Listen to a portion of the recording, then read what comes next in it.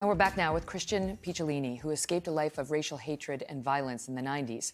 When Christian was still involved with the skinheads, one of the many people he came in contact with was this young woman. This is Shannon Martinez. She says by the age of 16, she was a runaway, a skinhead, and filled with angry, hate-filled ideas. But Shannon says with love and compassion from others, she too turned her life around. And she now works with Christian to stop young people from choosing a life of hate. Even though these two work together, she and Christian have actually not seen each other in 25 years, since both were heavily into racist ideology. But they see each other now. Please welcome Shannon Martinez. Thank you. Thanks for having me.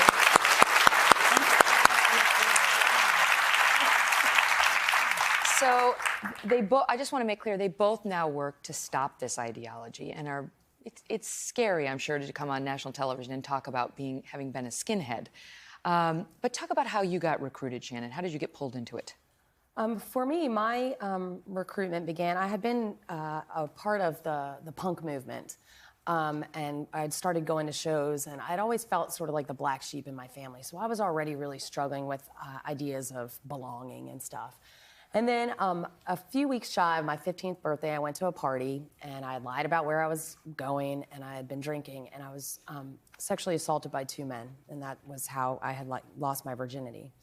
I knew on some level that I couldn't tell my parents that I had been raped because they would be more mad that I had lied about where I was going and that I had been drinking than that I had just been sexually assaulted. Being 14 years old, I just shoved all of that trauma down. And for a few months, I was okay, but that unprocessed trauma came out as just rage, just all-encompassing rage that I didn't understand. And so as a 15-year-old young woman, I was just so angry. And the angriest people that I knew were the skinheads. And so I identified with their rage and their anger, but I also identified with how they stuck together if there were fights at punk shows. Mm-hmm. And so I kind of slid in sideways, which is one of the very common modalities for how people end up in radical ideologies, is they kind of come in sideways, identifying the trauma that they have felt with the trauma and the violence that they see in others. Is it true that I read that you participated in an attack on a gay nightclub? Yes. What happened there? I was living in Houston, Texas at the time, and the way that extremism works is that you escalate in order to continue to be able to hold this ideology that requires you to dehumanize people. You have to continually amp up the stakes, which is why it's dangerous, because it almost inevitably ends in violence. And we were just driving around looking for trouble and looking to do violence, and somebody had a canister of tear gas, and we drove to this nightclub and ran and threw it in, and then as people escaped from it in the back alleyway, we just started fighting people.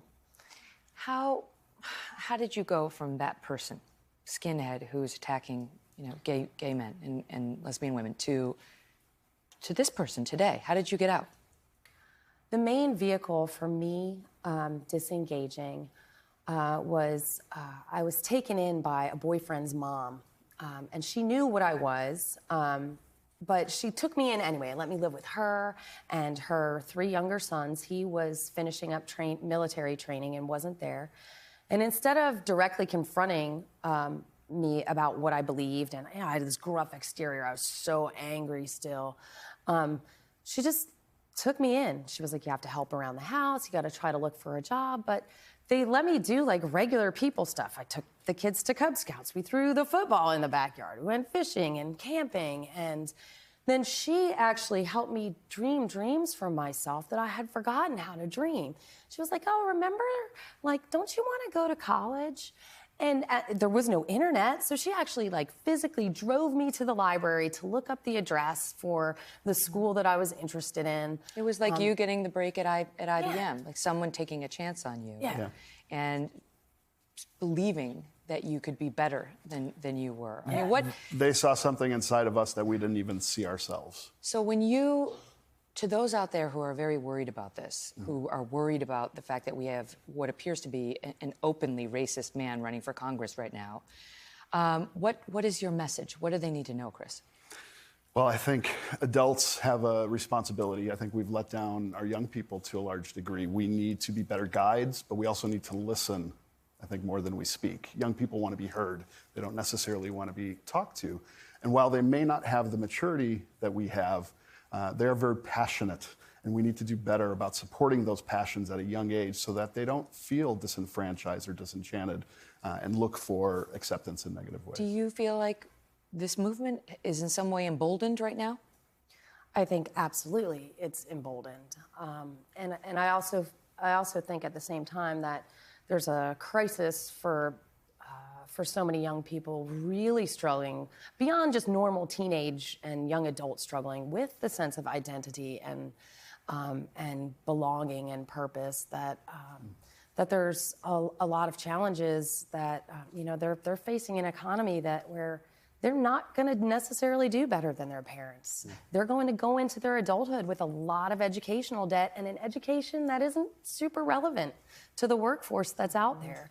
And they see those things, and there's a lot of despair. So that's what we try to do, is to be, to use the grim, awful reality and the worst things that we've ever done to be this beacon of light and hope, and say, like, you can be redeemed, like you can transform your life from the worst of the worst and fill it with the best things, with love and compassion and you have empathy. credibility with the very people who were trying to pull out of that ideology. Yes. You can speak about it in a way that they understand. Thank you both for telling your stories. Thank you, Megyn. Thank you for having us. Here.